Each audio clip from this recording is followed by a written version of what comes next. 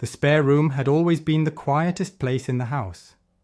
Guests rarely stayed there, and most days it sat in silence, with its neatly made bed, a small chest of drawers, and one tall mirror that leaned slightly against the far wall.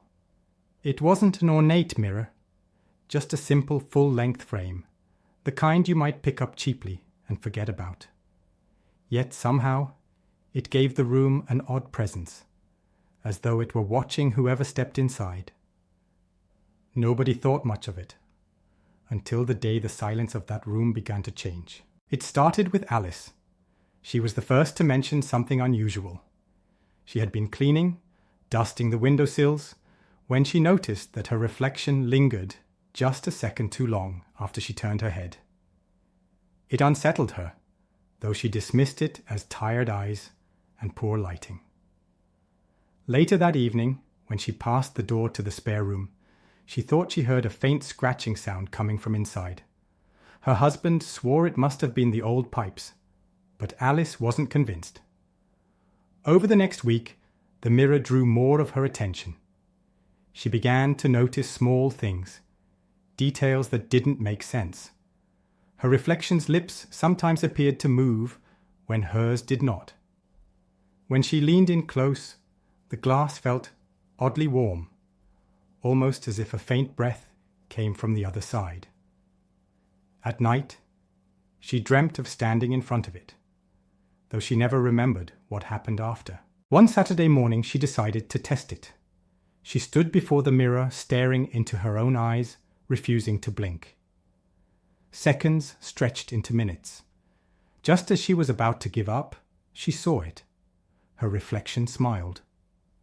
A slow, deliberate smile. Alice hadn't moved a muscle.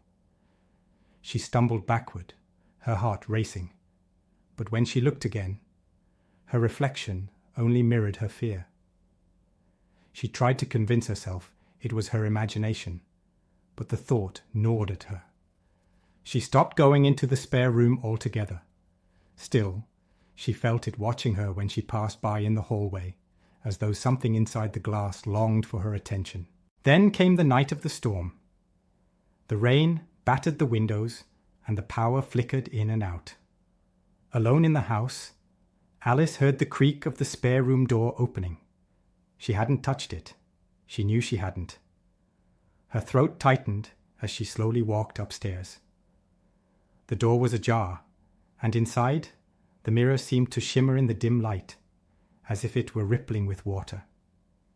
Gathering her courage, she stepped closer.